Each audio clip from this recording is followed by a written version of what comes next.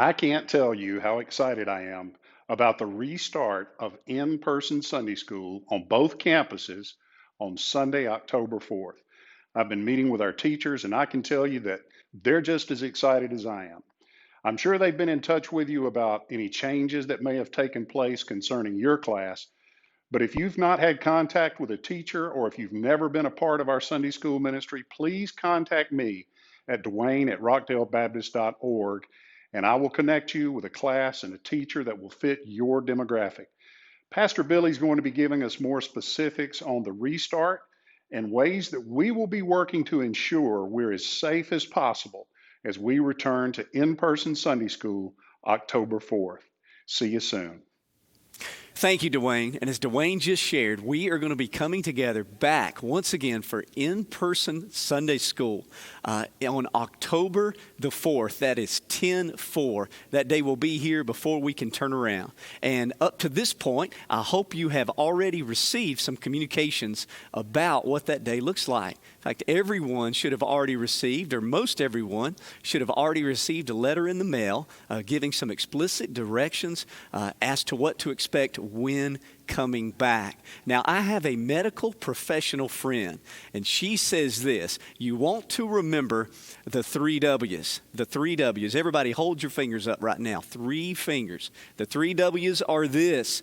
Remember to wash your hands, watch your distance, that's 6 foot if at all possible, and wear your mask if at all possible. Hey folks, I'm so excited about our sanctuary choir coming back to lead us in worship. You heard Pastor Billy and Dwayne talking about Sunday school and small groups resuming on October 4th. We're going to wait a week for the choir to come back and kind of let all that settle out.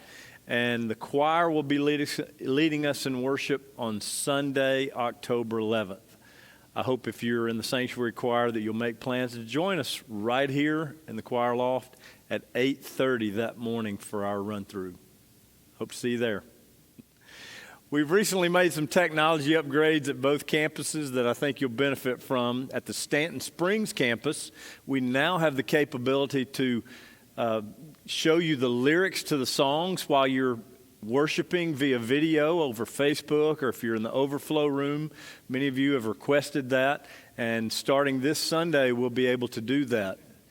At the Conyers campus, we've recently improved our Wi-Fi capability to better enhance our ability to Zoom with our Sunday school classes. Hi, everybody. Just wanted to give our families a brief little update about what they and their little ones can expect on Sunday, October the 4th, when they come back to Sunday school. We're excited, like everybody else is. We're super excited to have you on campus, but there are a few things that we want you to be prepared for.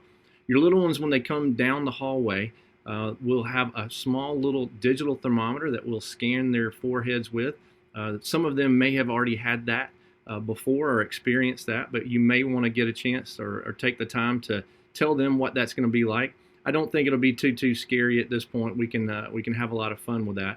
But one of the things that goes along with that is when they come in the room, each campus has its own spacing set up. We should have plenty of room to be able to spread the kids out. So the teachers will take care of that when they get in the room.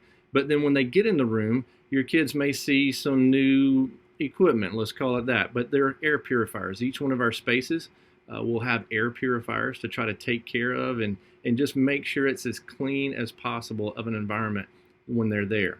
So one of the things we also want to be really clear about is, even though we're starting Sunday school, one of the things that's not happening is we're not doing children's worship during the children's hour.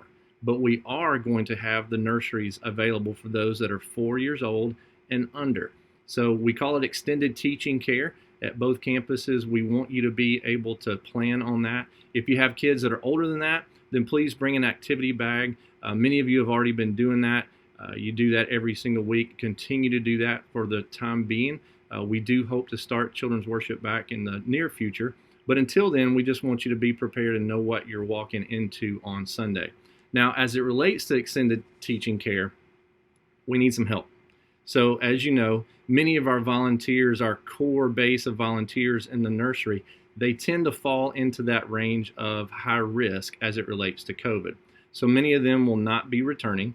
So what we need is really everyone that's available to be able to come and love on our babies, to hold our babies during our worship time. We need more volunteers to be able to help.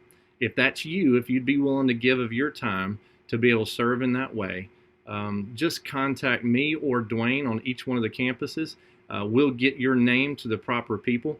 And the way I always look at it is the more people helping, the less often people have to serve. There's an old saying, many hands make light work, and we would very much appreciate it if you'd be willing to serve in this way. Typically about once a month, maybe even once every 2 months, but we need to make sure that we take care of our baby. It's a great way to serve and minister to our families so that our families can be able to enjoy the worship time without the distractions. Sometimes I hate to call kids a distraction because I love having them in worship, but sometimes we just need to be able to focus on hearing God's word preached. And this gives some of our guest families and some of our young families an opportunity to do that. So I would ask that you would just contact me, contact Dwayne, and we'll get you connected. We're looking forward to seeing you on Sunday. See you then. Possible. So as we prepare to regather for Sunday school, continue to pray. We love you very much.